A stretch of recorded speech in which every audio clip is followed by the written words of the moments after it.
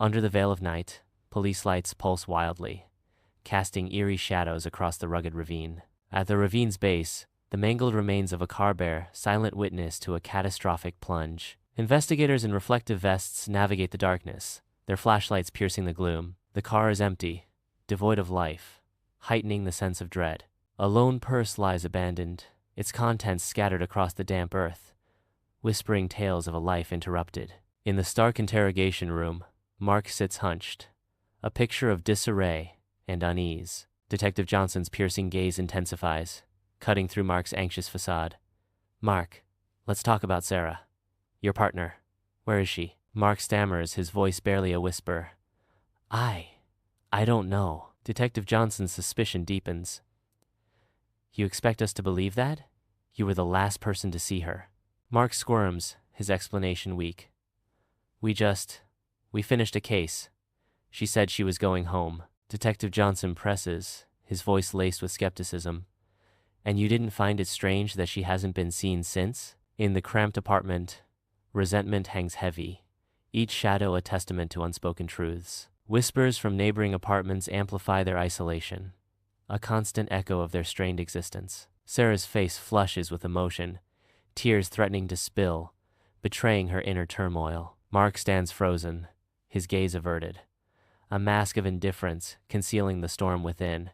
As the air crackles with unspoken words, each silence a loaded weapon, Mark bursts from the apartment building, his face contorted in fury, a storm of emotion barely contained. The doorman watches Mark's explosive exit, the air thick with unspoken tension. He glances at his wristwatch and makes a note, a silent chronicle of the night's escalating drama. The doorman scribbles the time, capturing the moment of Mark's departure. The apartment building stands as a silent witness, its walls echoing with the remnants of a fierce conflict. The camera lingers on the building, capturing the sense of confinement and desperation. In the solemn courtroom, Mark stands as an unyielding figure before the judge, his stillness a stark contrast to the storm brewing within. A plea deal is struck with unnerving calm, the weight of the decision hanging heavy in the air. His lawyer recoils in visible shock and disapproval, her professional composure momentarily shattered. A collective gasp echoes through the courtroom, each breath held in stunned disbelief. In a voice devoid of emotion,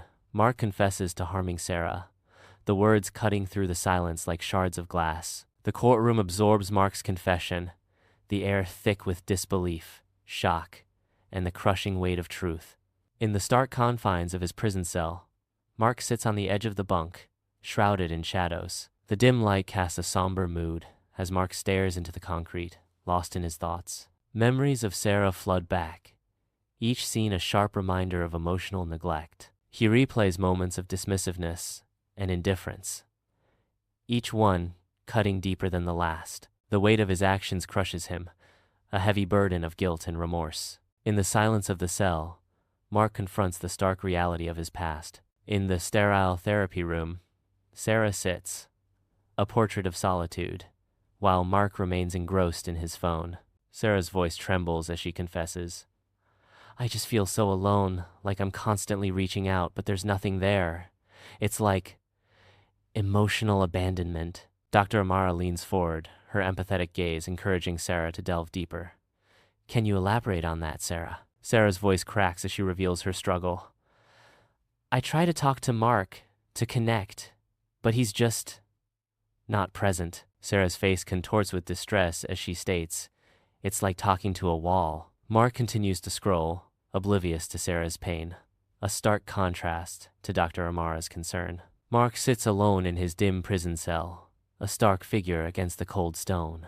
A letter arrives, carried by a stern guard, bringing a flicker of hope to Mark's weary eyes. Mark's hands tremble as he unfolds the letter, the weight of its secrets palpable. The letter is from Sarah, revealing she is alive and orchestrated the entire scenario. Sunlight pierces the barred window, casting long shadows as Mark leans forward, hope flickering in his eyes. "Sarah told me something that could clear my name."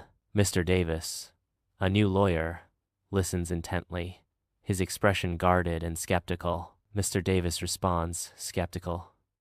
"I've heard these stories before, Mark. What exactly did she say?" Mark's voice rises with urgency. "She confessed. She knows who really did it." Mr. Davis nods slowly. I'll look into it, but don't get your hopes up.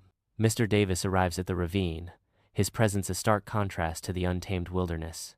The sun casts long shadows as Mr. Davis surveys the scene, his expression a mask of contemplation. He kneels, his fingers tracing the earth, seeking answers in the soil. The sunlight glints off the exposed rock as Mr. Davis rises, a subtle shift in his demeanor. A sense of unease washes over him as he scrutinizes the landscape, his eyes narrowed in suspicion.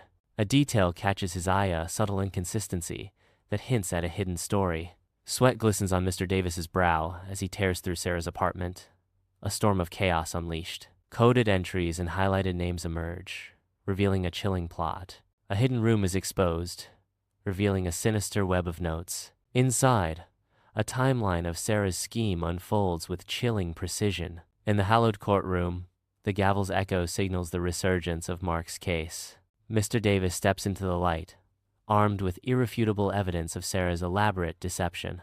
His words, sharp as razors, slice through the courtroom, challenging the prosecution's narrative. A palpable tension fills the courtroom, every face a mask of anticipation and unease. Murmurs ripple through the gallery, a collective intake of breath as the weight of the evidence sinks in.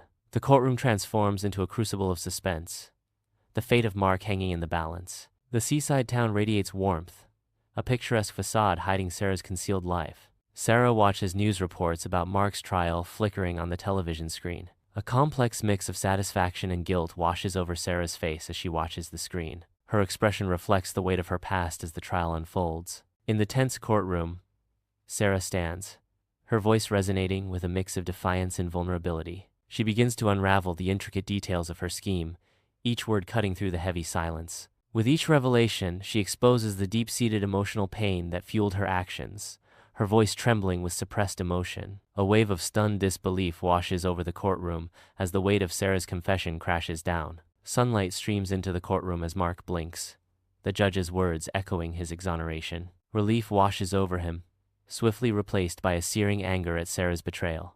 The courtroom spins, faces blurring as the weight of stolen years crashes down on Mark. The doors swing open, and Mark walks out, a free man, but deeply scarred by the ordeal. Mark stands alone as the salty breeze whispers through the seaside town, a solitary figure facing the relentless sea. A figure emerges in the distance, stirring echoes of forgotten times.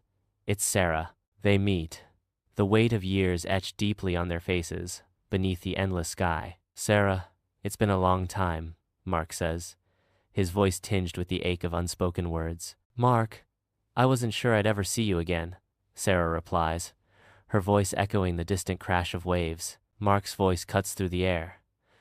"The consequences are still with us, aren't they?"